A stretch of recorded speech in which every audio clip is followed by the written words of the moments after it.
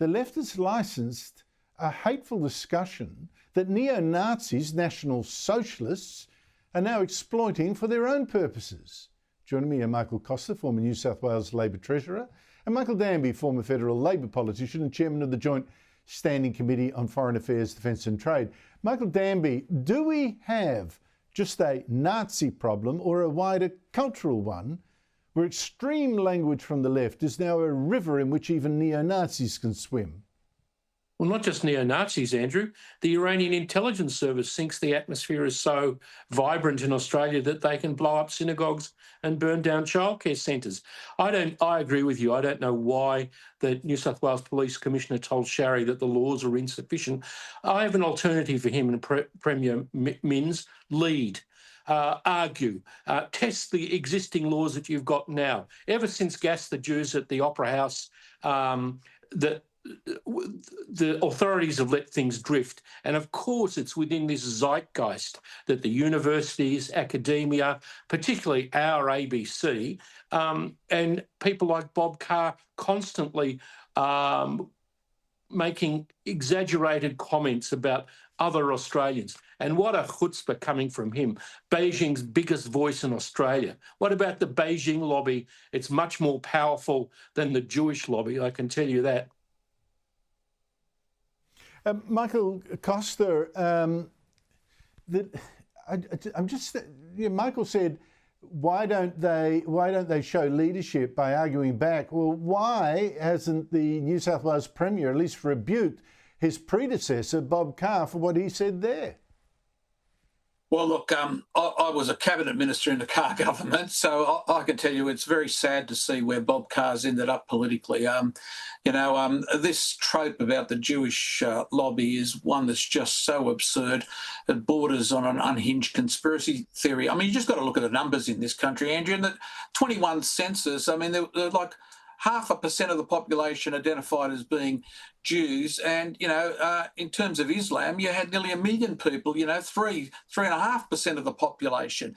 I mean, if there's any lobby, and we've seen the influence of that lobby in terms of changing ALP policy in terms of Palestine, I'd be more concerned about the Palestinian lobby or the Muslim lobby than I would about any Jewish lobby, because they're being completely ineffectual, even if you believe that one exists. And as Michael actually just said, yes, there is definitely a China lobby in this country. And the worst part about this China lobby is, we rightly condemned Hitler, but Stalin and Mao killed more people than Hitler did. And Mao's regime still exists in China. Yet we have people out there trying to water down our opposition to our China policy in the South China Sea and our alliance with the US. Well, so speaking of that, I just heard 80 million people, Michael. 80 million people Mao killed. Yeah, I mean, it's just unhinged, this whole thing.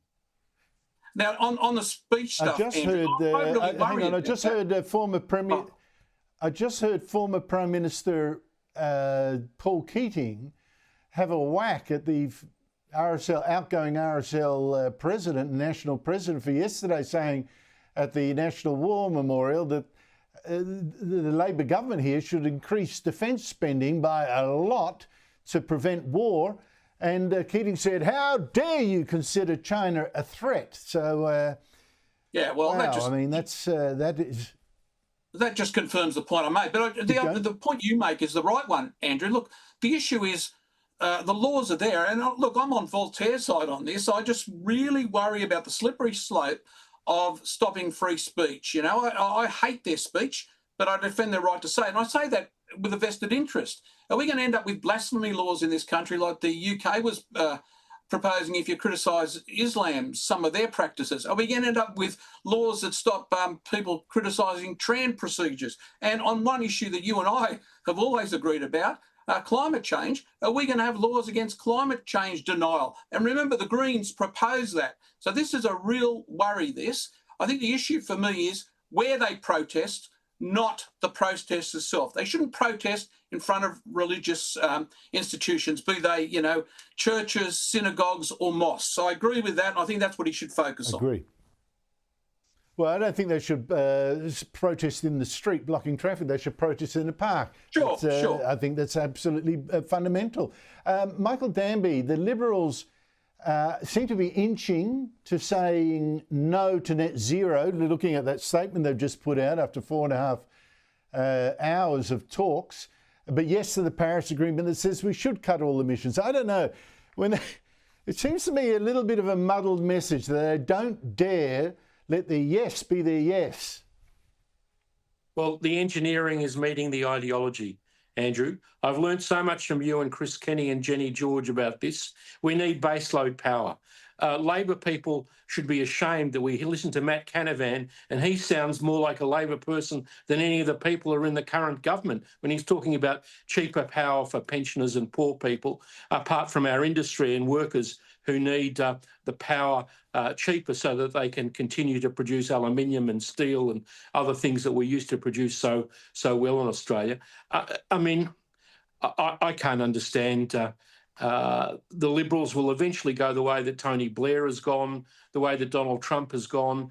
Matt Canavan and probably Hastie will lead them, and at least there'll be some product differentiation between us and our Don Quixote in the Labor Party, Chris Bowen, with his green hydrogen schemes and other fantasies that are all funded and then come to nothing. Michael Costa, what do you make of the Liberals trying to keep everyone in the tent by saying yes to Paris, no to net zero, all that kind of stuff? How effective is what has come out? It's going to fail, Andrew.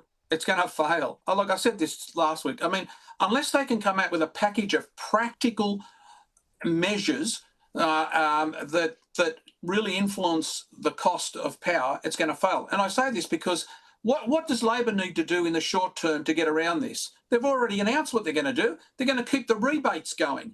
I mean, these people operate like the public purse is a bottomless pit to subsidise all of their green dreams. They're going to dig in and get more money and just keep subsidising this to keep the pressure off enough for them to win the next election. The Liberals need to come up with a package of concrete measures, nothing wishy-washy. I think nuclear's got to be in it, not power stations, but nuclear, lifting the ban on nuclear and let the market decide. They also need to highlight the costs of this for the broader economy, which they're not doing. They need the business community on side and other, stakeholders to take the lead, and they're not doing it. Well, nuclear is in, so that bit is good. But as it's got to coalesce into practical policies, as you rightly say. Michael Costa, Michael Danby, thank you to you both.